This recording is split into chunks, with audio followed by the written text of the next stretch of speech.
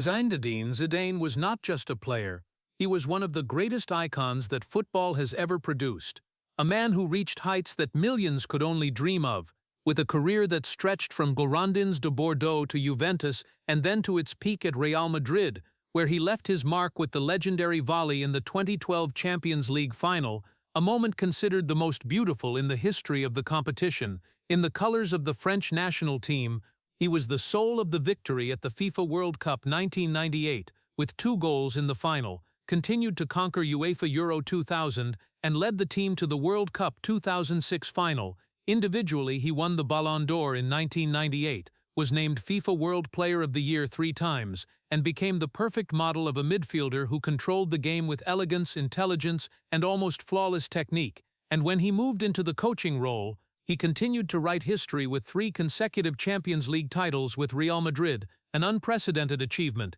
turning himself into one of the few people who conquered the peak in both roles as player and coach, an icon that the world believed had control over everything, from the ball to emotions, from pressure to destiny, as if he was born to be perfect. But behind all those titles was another man, a man who never appeared in front of the cameras, a man who had learned to stay silent since he was a child in the poor neighborhood, who had become used to keeping all the pain inside instead of speaking it out, a man who had lived for many years under the pressure of having to represent an entire nation, of having to be an icon who was not allowed to make mistakes, not allowed to be weak, and the very perfection that the world praised became the mask he could not remove, forcing him to exist between 2 parallel lives, one life where he was the celebrated legend, and one life where he carried the anger, the pains with no place to release, the memories that could not be erased, all compressed through the years, through every match, through every expectant gaze, until the only will that helped him continue was not victory, but the ability to endure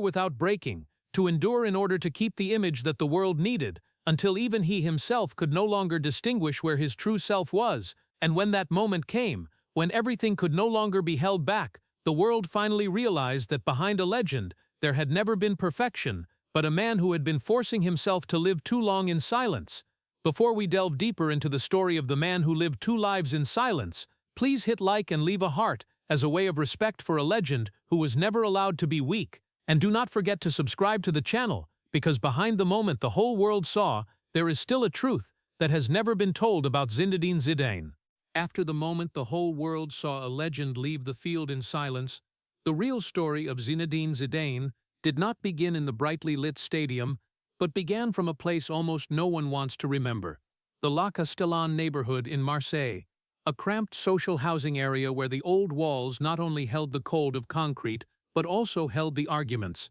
the sleepless nights, and the dreams that never had the chance to fully form, where violence was not unusual but part of life. Poverty was not a temporary situation, but something rooted through generations, and instability was no longer something to fear, but had become so familiar that people learned to live with it like an unchangeable rule. Zidane's family came to France from Algeria with the hope of finding a better life, but what they received was not opportunity but the cold silence of a society that did not truly welcome them. They lived in small, cramped apartments, did hard labor jobs, and every day that passed was a silent struggle to survive, not to rise up, not to dream, but just to not be swept away by circumstances. In that world, a child like Zidane was not protected from the early collisions of life. No one taught him who he should become, no one told him what he could dream of. Everything he learned came from observing, from what was happening around him, from the way adults stayed silent when insulted, from the way other children reacted with fists when there was no other way. And amid all of that, Zidane chose a different path, a path that was almost invisible. He chose silence. He was not the loudest child, not the one always trying to prove himself. He stood on the edge of every conflict, watching, listening, and keeping everything inside, not because he did not feel, but because he felt too much, too clearly, to the point that he understood if he let those emotions out, he could lose all the little he had. In the narrow alleys of La Castellane, where football matches took place on cracked concrete, Zidane did not play ball as entertainment. He played as if it was the only way to breathe. Every touch of the ball was a way to forget the noise around. Every dribble was a way to temporarily escape the reality he could not change. But even there, he still did not fully belong, because he was not noisy like the other children, not aggressive, not seeking attention. He was quiet, and that very quietness made him different, but also made him even more isolated. At school, he was not the standout student, not the one whose name was called. He was just one of many children that teachers did not have time to notice, a name easily forgotten in a long list, and gradually, he began to clearly feel something that no one needed to say, that he did not really belong here, not fully French in the eyes of the surrounding society, but also no longer Algerian in the way his family once was. He stood between two worlds, but was not fully accepted anywhere. That feeling did not explode into rebellion, it did not make him fierce, but on the contrary, it made him withdraw, as if the less he showed, the less risk of being hurt, as if silence was an invisible shield he could carry with him anywhere. But silence was not without emotion, it was just a way to hide what was happening inside. And over time, those emotions did not disappear, they accumulated, little by little, through contemptuous glances, through words that did not need to be loud but enough to make a child understand that he was not expected, through long days when he had to figure out the world on his own without anyone to guide him. Zidane grew up in an environment where no one told him he could become great, where no one prepared a path for him, where everything he had to win for himself, and precisely because of that, he did not learn to express, he learned to endure, did not learn to explain, but learned to keep it in. And when those years passed, when that silent boy gradually stepped out of La Castellane, carrying the talent that the world would later praise, he also carried something else, something no one could see, a void, a feeling of being separated, a habit of suppression that had become instinct, and that, not the titles, not the goals, was what followed him throughout his life, quietly, persistently, and becoming heavier over time. And when that boy left the cramped alleys of La Castellane to step into a world called more normal, everything did not become easier as people might think. Because in the classroom, between the straight rows of desks and the silent blackboard, Zinedine Zidane was not a name called with expectation, not a child that teachers looked at and thought his future would be different. He was just a quiet student, sitting somewhere in the crowd, not causing trouble but also not making an impression, an existence quiet enough to be overlooked, blurry enough that no one really remembered. The tests did not bring recognition, the class hours did not open opportunities, and the conversations among friends often passed without his presence, as if he always stood on the edge of everything, looking in but never really stepping in. Outside the schoolyard, everything was no different. Groups of friends formed, laughter, the small competitions of youth, all happened without needing him, and sometimes just a glance, a casual remark, an unintentional comparison was enough to remind him that he did not fully belong here, that he was not like them, did not speak like them, did not react like them, and perhaps in their eyes he was not important enough to pay attention to. The times he was underestimated did not always come in the form of direct words. Sometimes it was in the way people did not choose him, in the way they skipped over him when a name was needed,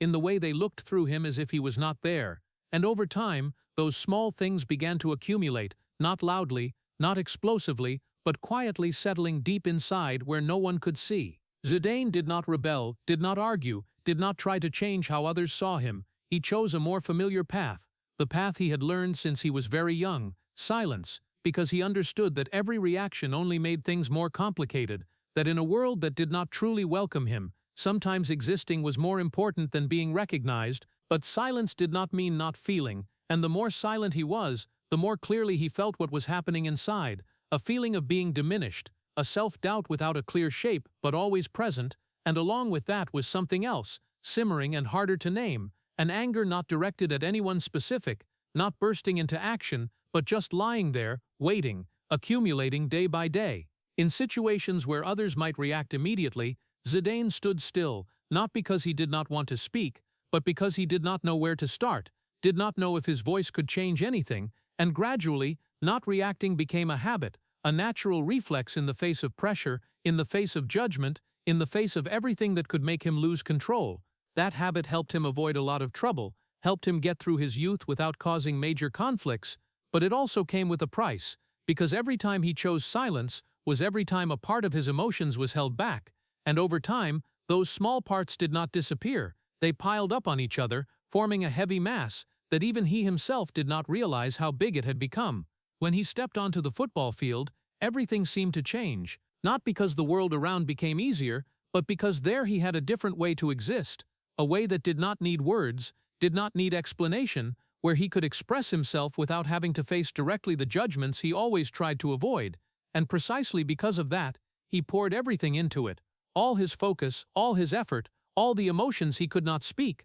But even on the field, the silence still followed him. He did not celebrate too loudly, did not show too much, as if even in the moment of recognition, he still kept a part of himself, a part that no one could touch. The years passed. The boy who was once overlooked in class gradually became a player who was noticed, but inside, very little changed. He still carried the feeling of having to prove himself, still carried the fear of being judged, and more importantly, he still kept the habit of not reacting, a habit that once helped him survive, but now began to become a burden, because the pressure was no longer the small glances in school. It was bigger, clearer, and unavoidable, but the way he faced it remained the same, keeping it in, suppressing it, continuing forward as if nothing happened. And precisely in that accumulation, between the years when everything on the outside seemed to be going up, something else was also growing, quietly and persistently, the combination of anger and self-doubt, between the desire to be recognized and the fear of being exposed, a state that he could not explain, could not share, and also did not know how to resolve, because he had never learned how to do that. He only learned how to endure, and the more he endured, the closer he got to a limit that at that time no one, not even himself, could recognize. Zinedine Zidane did not step into the world of football as a predetermined genius, but as a boy carrying all the silence and heaviness from the streets of La Castellane, where street football was not a game but a lawless battle, where every touch of the ball took place amid shouting, collisions, and eyes always ready to challenge each other, and in that environment, he was not the most outstanding, nor the strongest, but he was the one who observed the most, the one who chose to avoid conflict rather than dive into it, as if he understood that just one moment of losing control could make everything collapse. Those matches on the scorching concrete became the first lesson teaching him how to survive, not through words but through restraint, through holding back the first reaction, through learning to let emotions pass rather than explode, because around him everything was chaotic, children fighting for every small space, arguments breaking out just because of a wrong pass, and Zidane gradually understood that if he wanted to stay in this game, he had to learn to control himself before trying to control the ball. It was in those moments, between the dust of the streets and the pounding footsteps, that he began to form something that the whole world would later praise, but no one truly understood its real value, an almost irrational calmness under pressure, the ability to stand still when everything around was moving wildly, and that did not come from tactics or training, but from the fact that he had no other choice but to keep everything inside. When football became the only path to escape the old life, Zidane did not see it as a romantic dream, but as a door to survival, where he could leave behind the destiny already written in the poor neighborhood, where he could step out of the limits that society placed on children like him, and precisely because of that, every training session, every match, every touch of the ball carried a much greater weight than what others saw, because it was not just football, but the only chance to change his entire life. While others played to win, Zidane played to escape, and in that process, he gradually developed a special ability, not explosion, not aggression, but absolute calmness amid chaos, a state he learned from his own life, when he had to stand in situations where no one helped, no one guided, no one protected. But that calmness did not come without a price, because every time he chose not to react in life, he brought another part of the pressure onto the football field, where everything began to be released in a more subtle way, through every pass, every movement, every decision that needed no words, and gradually, football was no longer just an escape route, but became the only place where he could be himself without having to explain. In those early years, no one truly saw the entire person Zidane. They only saw a player with good technique, with unusual ball control, but no one saw why he played that way, why he always kept a calm face, even in the most tense matches, why he did not celebrate too much, did not react too strongly, because all of that was not style, but a survival instinct formed from a childhood, where reacting too much meant risk, and silence meant safety. Precisely because of that, football for Zidane was not only an escape, but also the place where he learned to turn pressure into control, turn chaos into order, and turn emotions that could not be spoken into the only thing he could express fully. But even when he had found that path, inside him there still always existed an invisible split, one part wanting to rise up, wanting to become someone different, and one part still carrying everything from La Castellane, where silence was never just a choice, but a habit formed from fear and familiarity. And it was that parallelism, between the man on the field and the man inside, that began to create a life that the world would later call legendary, but only he himself understood that it was built not only from talent, but from long years of learning not to let himself break too soon. Zinedine Zidane stepped out of the street football fields of La Castellane, not in the glory of a sought-after prodigy, but in the reserve of a boy almost no one noticed, and when he set foot in the professional football environment at Cannes, where dreams began to be measured by discipline and harsh competition, he was not seen as a special talent. There were no premature praises, no great expectations from the media, only a quiet presence among other young players trying to find their place. There Zidane still carried his old habit, observing more than speaking, keeping the ball more than showing off, but that very quietness made him easy to overlook, because in an environment where standing out meant opportunity, he was not the first one mentioned, not the first one trusted, and not the first one given a chance. The coaches looked at him and saw a player with decent technique, with good ball control, but did not immediately see a star, did not see someone who could change the match, and that made Zidane live in a special state, the state of someone who always had to prove that he deserved to exist in a place where others had already been recognized before. Every training session became a silent test, every ball a response, but not every response was seen correctly, because he was not the type of player who created immediate impressions with speed or explosion, but someone who needed time for everything to gradually appear, and in a world lacking patience, that meant he always had to stand on the edge of recognition. When he moved to Girondins de Bordeaux, the pressure did not decrease but only changed shape, because by then Zidane began to be seen more, but not in the way he wanted, but through suspicious eyes, questions about whether he was really good enough to become the center of a team, whether his calmness was a sign of maturity, or just a lack of the necessary explosion to step up to a higher level. The media began to pay attention, but not to honor, but to compare, to place him next to other names, to see if he really stood out, or was just a good player in a suitable system. And in those comparisons, Zidane was often not the winner in the initial perception, because he did not create immediately memorable moments, was not the type of player who made the audience jump out of their seats, but someone who changed the match in a slow way, almost imperceptible if not looked at carefully, and precisely that made him always placed in the position of having to prove more than others. The doubts did not only come from outside, but also seeped inside him, because when a person is not continuously recognized, they begin to wonder if they are really good enough, and Zidane was no exception. He began to carry within himself a silent tension, a feeling that every touch of the ball was not just an action in the match, but a chance to answer questions that the world had never said directly, but always existed in their gaze. That pressure did not explode, it accumulated, like everything he had gone through since childhood, and it made him more cautious, more precise, but also more isolated, because the more he tried to prove himself, the less he shared what was really happening inside him. In this period, Zidane began to live with a special state of existence, where he did not fully belong to the group of those who had been recognized, but was no longer anonymous either. He stood in the middle, a very small space but full of pressure, where every mistake was exaggerated and every success was seen as not enough. He did not react strongly to criticism, nor celebrate excessively when praised, because all of that had become a habit, a shell formed from many years of silence, but inside that shell, the urge to prove himself grew larger and larger, as if he was running on a road where the destination always moved farther away every time he got closer. It was in those early years at Cannes and Bordeaux that Zidane not only learned how to play professional football, but also learned how to survive in a world that did not guarantee recognition, where a person's value could change after just one match, where patience was not always given, and where the feeling of being on the sidelines never completely disappeared. He went through this stage not with explosion, but with persistence, not by becoming the most outstanding immediately, but by continuing to stay when many others had left. And that silent perseverance gradually opened the door leading him to bigger stages, where the world finally began to see what he had carried for a very long time before, a talent that was not loud, but could not be overlooked forever.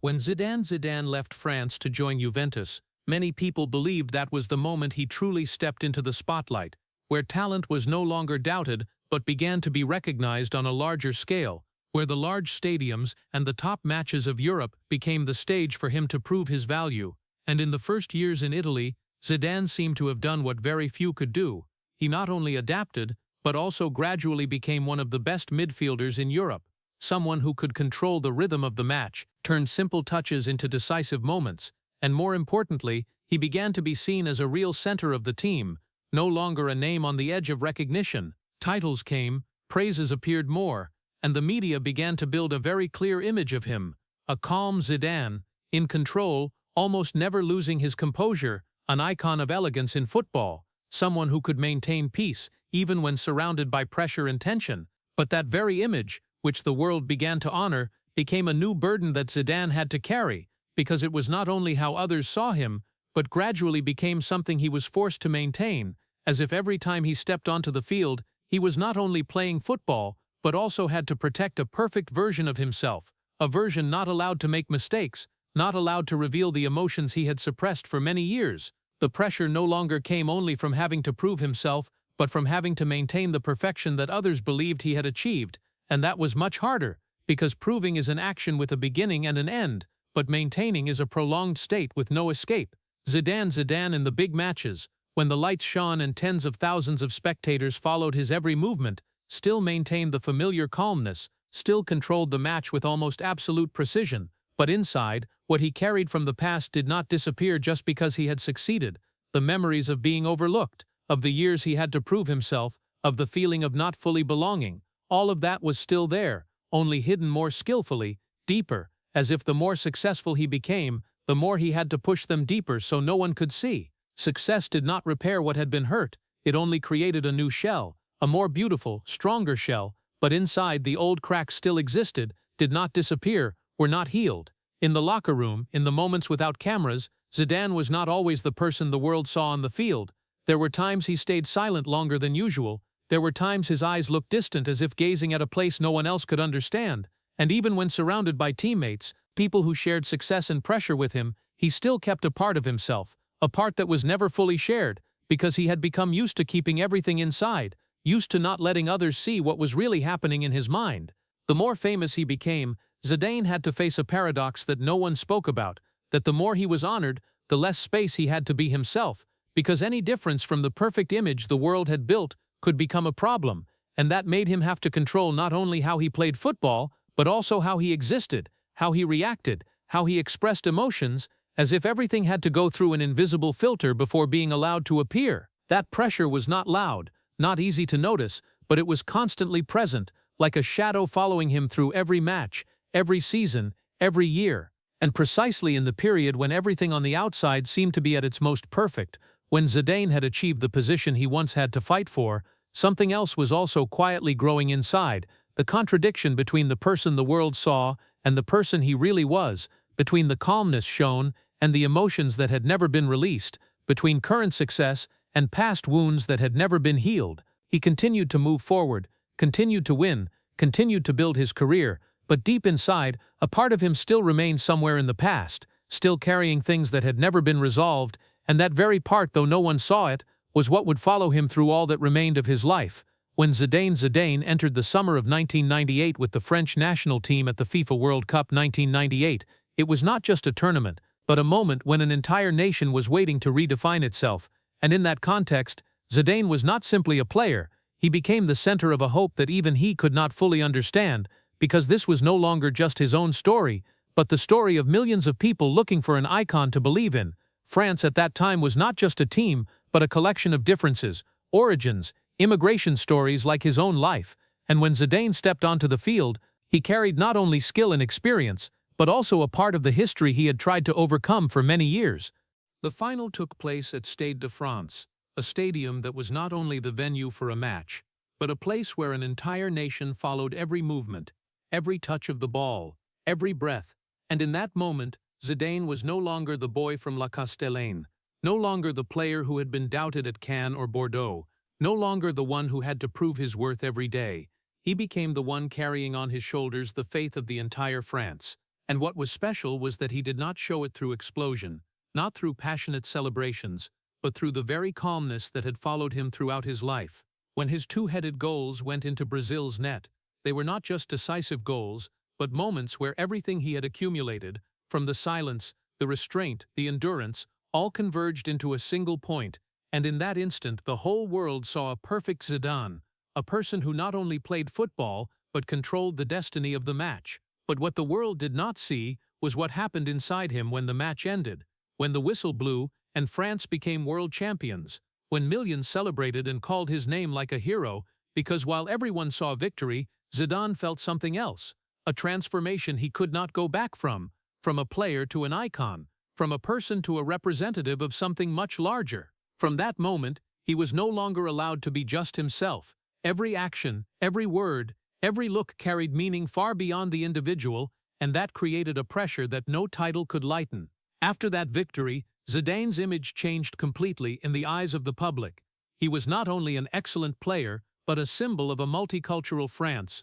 Proof that a child from an immigrant family could also stand at the top of the world, and that made the expectations placed on him grow even larger, not only in football, but in the way he existed as a human being. He had to represent unity, hope, success, and every time he stepped onto the field, he played not only for the team, but also for an entire generation looking at him as a role model. But the more he was honored, the greater the gap between Zidane's true self and the image the world built, because inside him, many things still did not change. The old wounds, the suppressed emotions, the habits of silence, all still existed, only now they were placed in a different context, where he no longer had the right to express them naturally. The responsibility of representing an entire nation was not only an honor, but also an invisible burden, because any deviation, any moment of losing control could break the image that millions had placed their faith in. Zidane continued to play, continued to win, continued to become the icon the world expected, but deep inside, he began to feel more clearly than ever the separation between two people, one that the world saw, calm, perfect, unbreakable, and one that still carried everything from the past, emotions that had never been released, pressures that had never been shared. And precisely from the night he brought an entire nation to glory, another journey also began, the journey of maintaining that image, the journey of not being allowed to collapse, even though inside he might be gradually reaching a limit that no one saw. After the night Zidane lifted the trophy at the FIFA World Cup 1998, his life no longer belonged to him alone, but seemed to be placed under the never-extinguishing light of the media and fans, where every step, every look, every smallest gesture was followed, analyzed, and interpreted as if it carried a meaning greater than itself. From a player who once had to struggle to be noticed, Zidane now no longer had a single moment that was not noticed, and that created a completely different pressure, no longer the pressure to prove he deserved it, but the pressure to never be allowed to make a mistake, because just one moment of lack of control could break the perfect image the whole world had placed on him. The newspapers not only talked about how he played football, but also about how he lived, how he spoke, how he reacted, and gradually, Zidane realized that he was not only competing on the grass, but also living in a space where everything was judged, everything could become a headline, and every mistake was exaggerated far beyond reality. The calm image he had built, which once helped him survive and advance through difficult years, now became a standard he was forced to maintain, as if the world would not accept any other version of him except that perfect version, and this made Zidane begin to restrict himself more, not only on the field, but also in life outside. He spoke less, reacted less, was more careful in every statement, every action, because he understood that anything that went beyond the mold could be misunderstood, criticized, or used to question the person he had become. But that control did not come without its price, because every time he chose to hold back emotions, every time he decided not to express what he really thought or really felt, was every time he created an additional distance between himself and the world around him, a distance no one could see but he felt clearly every day. In training sessions, in the locker room, on trips with the national team or club, Zidane was still a professional, a respected person, someone his teammates trusted, but very few people really understood what he was thinking, what he was feeling, because he did not share much, did not reveal much, as if he had become used to keeping everything to himself, a habit that started from childhood and now became stronger than ever under the pressure of perfection. He did not allow himself to get angry in public, did not allow himself to show disappointment too clearly, and even in moments when he could have rejoiced fully, he still kept a part of himself, as if afraid that if he let go too much, he would lose the control he had built for many years. But inside that control, cracks began to appear. Not big, not clear, but enough for him to feel that he was no longer completely steady as before, because the pressure of not being allowed to make mistakes was not something a person could carry forever without being affected. It was like an invisible weight placed on the shoulders, getting heavier over time, especially when expectations did not decrease but only increased after each success. Zidane began to live with a silent tension, A feeling that any moment could become a turning point, not in a positive sense but in a negative sense, that a small mistake could erase everything he had built, and that very thought made him withdraw even more, control even more, allow himself even less to be who he really was. In the eyes of the public, he was still the image of perfection, still the hero of 1998, still the symbol of calmness and class, but inside, Zidane began to feel more clearly the contradiction between two people, one seen by the world and one he had to hide, and that contradiction did not create immediate explosions but quietly eroded, little by little, through every match, every season, every year that he continued to carry the burden of perfection. He had no space to fail, no space to be weak, and also no space to truly release what was accumulating inside, because everything had to be kept, had to be controlled, had to be hidden to fit the image the world expected. Zinedine Zidane, in the period when he reached the peak of his career, when everything seemed more perfect than ever from the outside, his inner self began to show cracks that no one could see, cracks that did not come from a specific event, but from the accumulation of many years of silence, many years of endurance, many years of living with two parallel selves that never had the chance to merge into one. He continued to move forward, continued to play, continued to maintain his image, but deep inside, a question began to form, not about his ability to play football, but about who he really was when there were no stadium lights, when there were no expectations, when there were no gazes waiting for him to be perfect. And that was a question he could not answer at that moment, because he had never been allowed to stop long enough to find the answer. He only knew to continue, as he had always done, to keep moving forward, even though inside he might be gradually reaching the limit of endurance that no one else could see.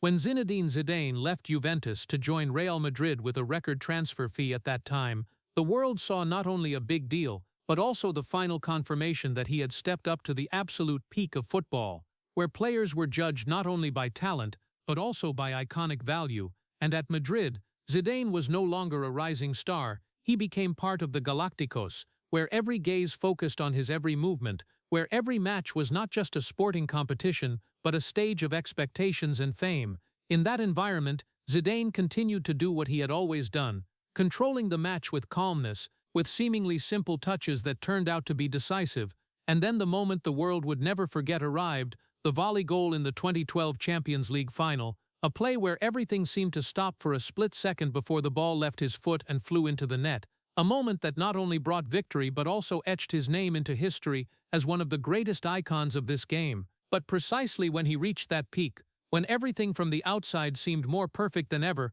a different feeling began to creep into Zidane's life, a feeling he could not easily explain, that no matter how well he controlled the match, no matter how he could dictate the rhythm of a big final, he began to gradually lose control over his own life. The packed schedule, the constant travel, the press conferences, the advertising contracts, all created a loop he could not escape, where every day was planned in advance, every moment had someone watching, and there was not much space left for privacy, not much time for him to truly stop and feel what was happening inside him. Life at Real Madrid was not just football, but a giant wheel of fame and pressure, where Zidane not only had to maintain his performance on the field, but also had to maintain his image off the field, and that made him increasingly feel that he was living in a structure he did not fully control, as if everything had already been shaped and he could only continue to follow it. Quiet moments became rare, time to think became short, and gradually he realized that the control he had always been proud of on the grass no longer existed in his personal life,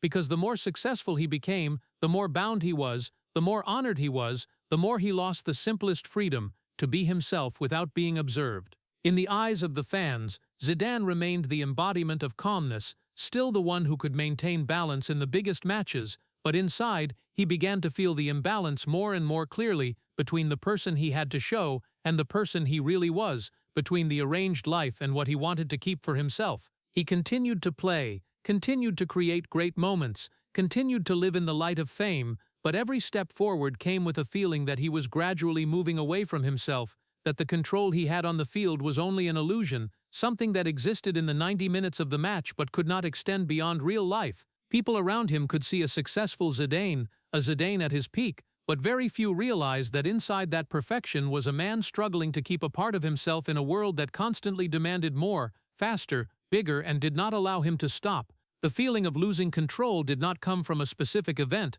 but from the accumulation of many years of living in a system he could not fully control, and that made him begin to wonder, even if only in rare moments, whether everything he had achieved really brought him the freedom he once sought, or whether it was just another form of bondage, where he had to continue playing a version of himself that the world had created, even when inside he might no longer be that person.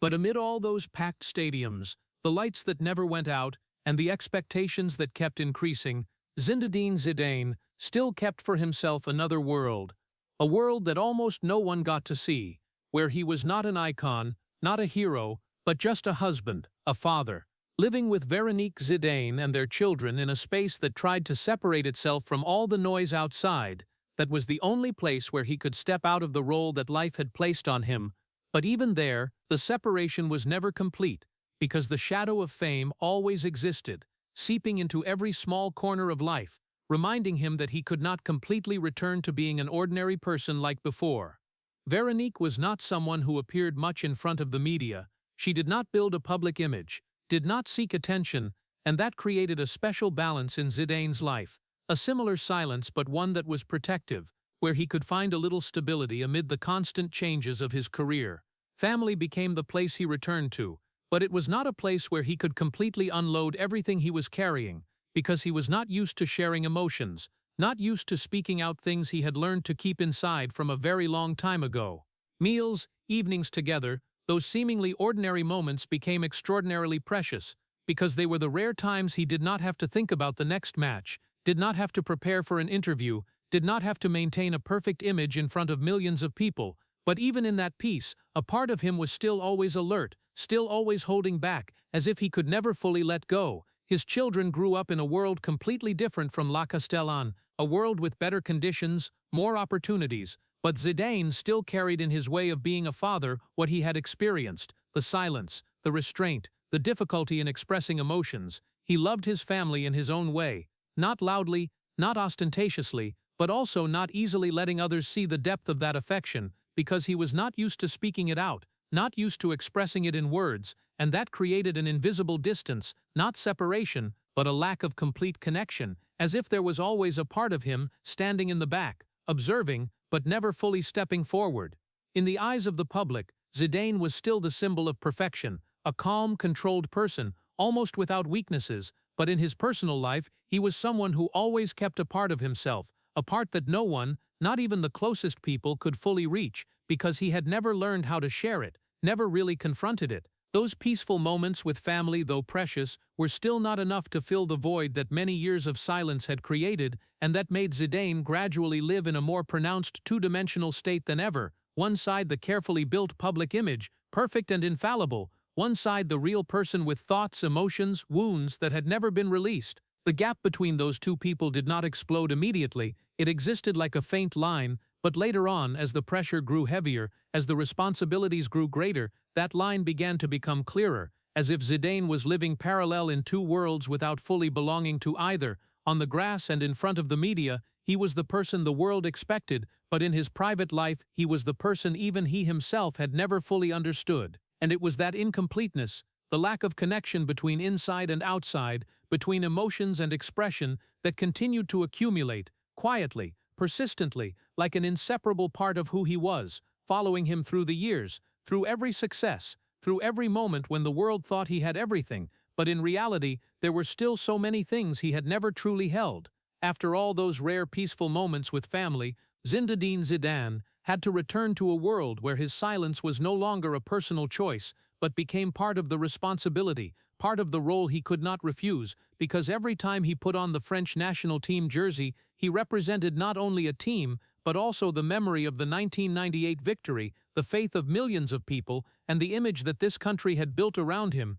Through every tournament, from UEFA Euro 2000 to the following campaigns, Zidane never stepped onto the field as an ordinary player, but always as the center of all expectations, where every gaze followed him, as if the outcome of the entire match depended on what he would do. That pressure was not always expressed through direct words, but it was present in every fan's eyes, in every newspaper headline, in every moment when the team needed someone to step up and change the situation, and Zidane was always the one called upon, not because he always wanted it, but because he had become the only choice in many people's minds. There was no space to fail, no chance to make a mistake without being judged, and that made every match not just a sporting competition, but a test of the perfection he was forced to overcome, time after time, without a stopping point. In the national team's locker room, Zidane was not the one who spoke the most, not the one who gave emotional speeches, but his presence was enough to create a reverse pressure, a pressure that even his teammates could feel, that they were playing next to an icon,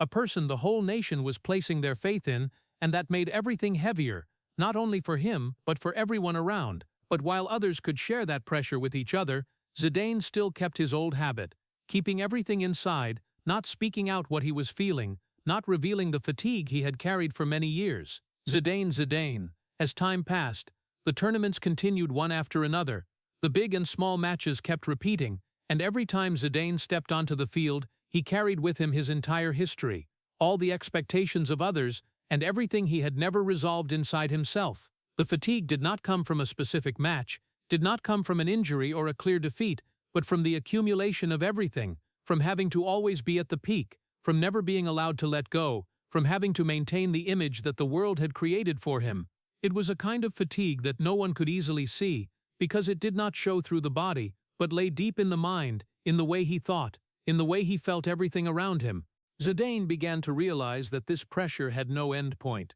that even when he won, the expectations would only increase, and even when he failed, he would have to face bigger questions, deeper doubts, and that made him live in a loop with no escape, where everything led to more pressure, more responsibility, and less space for himself. He continued to play, continued to contribute, continued to be the person the team needed, but every step became heavier, not because he lost his ability, but because he was carrying too much that he never had the chance to put down. In the eyes of the public, Zidane remained the hero, remained the irreplaceable icon, but inside, he was gradually feeling his limits more clearly, not physically, but mentally, in his ability to continue holding everything he had held for many years without letting it break. And precisely in that state, between the expectations that never stopped and the fatigue that grew larger, Zidane continued to move forward, not because he did not want to stop, but because he did not know how he could stop, because his entire life had been built on continuing even when he was no longer sure he had enough strength to do so. After all those years carrying non-stop pressure, Zidane had once thought about stopping, had once stepped away from the national team as a way to escape the burden he had carried for so long. But then when the FIFA World Cup 2006 approached, he returned, not as someone seeking more glory, but as someone who knew this could be the last chance to close a journey he had never truly controlled from beginning to end. That decision to return was not impulsive, but the result of everything that had accumulated, of responsibility, of honor, and of something deeper, a need to complete what was unfinished, to end the story in a way he could accept. Throughout the tournament, Zidane was no longer the energetic young player as before, but he became a different version, a calmer, more precise version, and perhaps one carrying more emotions, even though those emotions were still kept hidden, as he had always done. Through each important match, he not only played but seemed to be leading the entire team with his presence, with experience,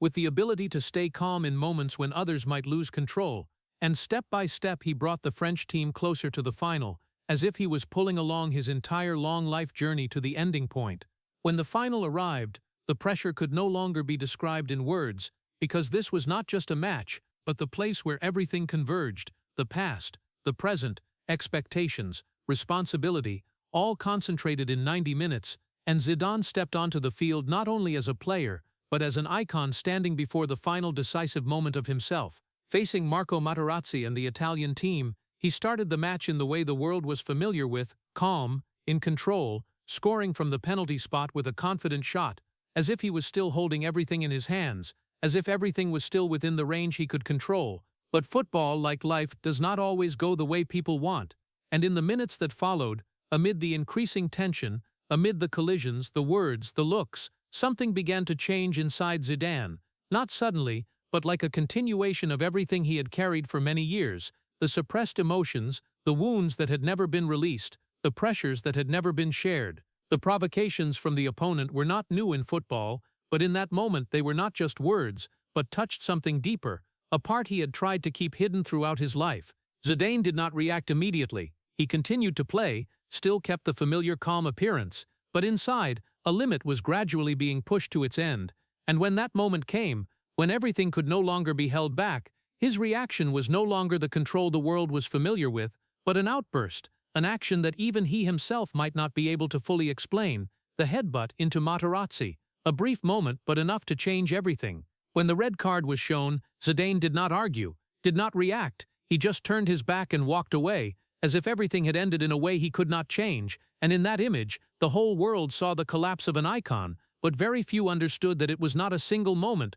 but the result of a long process, a process in which he had held back too much, for too long, until he could no longer hold any more. The final ended, France could not win, and Zidane left the field, not as a victorious hero, but as a man who had just revealed the deepest part of himself in front of millions of people, a part he had tried to hide throughout his life. But if looked at more deeply, it was not just a mistake, but the moment when his true self broke through the perfect image the world had built, a painful, imperfect moment, but also the most authentic part of the journey he had gone through, where everything he had endured, everything he had suppressed, finally found a way to express itself, even if in a way no one wanted. And then, in the very moment when everything seemed to be taking shape, as the final was drifting toward the last minutes, Zinedine Zidane suddenly turned back, faced Marco Materazzi directly, as if something had not ended, as if there was a word, a memory, an emotion that had just touched the final limit he had tried to hold back throughout his life. There was no clear warning sign, no prolonged big action, only a few steps, a look, and then it all happened in a brief instant, but enough to change everything. When Zidane lunged his head toward the opponent, a burst of action, strong and decisive, as if everything he had suppressed over the years suddenly found the only way out. In that moment, the stadium seemed to fall into a state no one could describe immediately, not the familiar noise of a final, but a strange silence, where tens of thousands of people witnessed something they could not believe, where the image of a perfect icon was just broken right before their eyes. The players around reacted almost instinctively. Some rushed forward, some stood still in shock, while the referees took a few seconds to understand what had just happened, because even they could not expect that a player like Zidane, in a match like this, could take such an action. When the referee approached and showed the red card, there was no resistance, no explanation. Zidane just stood there for a moment, then turned his back and walked away, and that very silence, that wordless acceptance, made the moment heavier than any other reaction, because it was not only the end of a match, but the end of a journey he had gone through with too many expectations, too much pressure, and too many things that had never been spoken. His teammates watched him, some raised their hands as if to call him back, some just stood still not knowing what to do, because they understood that they had just lost their leader at the most important moment, and that loss was not only tactical, but also mental, because Zidane was not just a player on the field, he was the anchor, the one who kept the rhythm, the one they trusted in the most difficult moments. In the stands, French fans could not hide their shock, while neutral spectators witnessed one of the most shocking moments in football history, where the line between human and icon was blurred in just 1 second. The consequences of that action came immediately. With no time to think or fix, the French team had to continue playing without Zidane, had to enter the penalty shootout missing the person they trusted the most, and although they tried, the final result still did not go their way. When the Italian team won, but what remained after the match was not only the result but the image of Zidane walking off the field, passing by the trophy he had lifted 8 years earlier, an image both painful and haunting, as if everything had ended in a way no one wanted, but reflected most accurately the person he had always tried to hide. That moment did not just change the match but also changed the way the world perceived Zidane, from an almost perfect icon to a human being with clear limitations, with emotions that could not be completely controlled, and that very change made his story more complex, more real, but also more painful, because it showed that even the greatest people cannot forever maintain balance, that behind every title, every victory, there always exist things that no one sees, until they reveal themselves in a way that no one can stop. After the moment when the whole world seemed to pause, Zinedine Zidane did not turn his head to look back. He walked slowly, step by step, leaving the grass field, as if he had known beforehand that this would be the last time, with no official farewell, no wave to the fans, only a man quietly departing amid tens of thousands of eyes watching him, and that very silence said more than any words could describe. He walked past the championship trophy that 8 years earlier he had lifted with pride, but this time he could not touch it. not because of the physical distance, but because everything that had just happened had placed an uncrossable boundary, a moment where all previous glory seemed distant, as if it belonged to a different person, a different version of himself. That image became one of the most powerful symbols of modern soccer, not because it was perfect, but because it was not perfect, because it showed an incomplete ending, a great journey that closed in incompleteness, and that very thing made it painfully authentic. Zidane did not end his career with a victory, not with a moment honored on the highest podium, but with an impulsive action and a quiet step, and that made the whole world rethink what they had believed about the image they had built around him. The media reacted immediately, headlines appeared densely, analyses, criticisms trying to explain what had happened, why a player like Zidane could do something like that at such a crucial moment, but in all those words, very few things truly touched the deepest part of the story, the part that could not be explained by a single event, because it was the result of many years of accumulation, of a life he had lived in silence, in control, and finally could no longer hold back. The public was divided, some disappointed, some angry, some feeling betrayed, but there were also those who saw in that action something very human, very real, a moment when an icon returned to being an ordinary person, with emotions that could not always be controlled. Zidane did not try to explain immediately, he did not appear continuously before the media to justify or defend his image, but on the contrary, he chose to withdraw, to return to the silence he had been familiar with long before, as if he understood that no words could change what had happened, and perhaps no words could fully describe everything he had carried for many years. Stepping away from the spotlight was not a sudden decision, but a natural step, as if he had reached his limit, not only physically, but also mentally, where continuing was no longer a reasonable choice. Zidane's professional playing career ended there, with no more matches, no chance to fix things, no other ending, only the memories of what he had achieved and the final moment that everyone would always remember. But precisely in that imperfect ending, his story became more complete, because it was not just the story of victories and titles, but the story of a man who had been through everything, who had reached the peak, but had also touched his own limits. And when Zidane stepped away from the spotlight, when he was no longer the center of attention, a void appeared, not only in soccer, but in the way people understood him, because there were no more matches to define him, no more moments on the field to cover up what lay inside, only a man left with everything he had been through, and a question still remained, not about what he had done, but about what he had had to endure to become the person the world had seen, and why in the end everything ended that way. After leaving the spotlight, Zidane did not disappear completely, but he chose a different way of existing, a way that the world could hardly access, where silence was no longer a temporary protective shell, but became a fixed part of his life. He avoided unnecessary interviews, limited his appearances before the media, and seemed to have no need to explain more about the past, as if he had accepted that some stories could not be fully told in words, and some memories could only be kept for himself. His post-retirement life was not noisy, did not seek attention, but focused on family, on the simple moments he had rarely had before. But even in that quietness, there was still a feeling that the past had never truly left him, that what had happened still existed as an inseparable part. When Zidane returned to soccer in the role of coach at Real Madrid, many people thought this would be a completely new chapter, an opportunity for him to rewrite his story in a different way, and in terms of achievements, that seemed to have happened, when he led the team to 3 consecutive Champions League titles,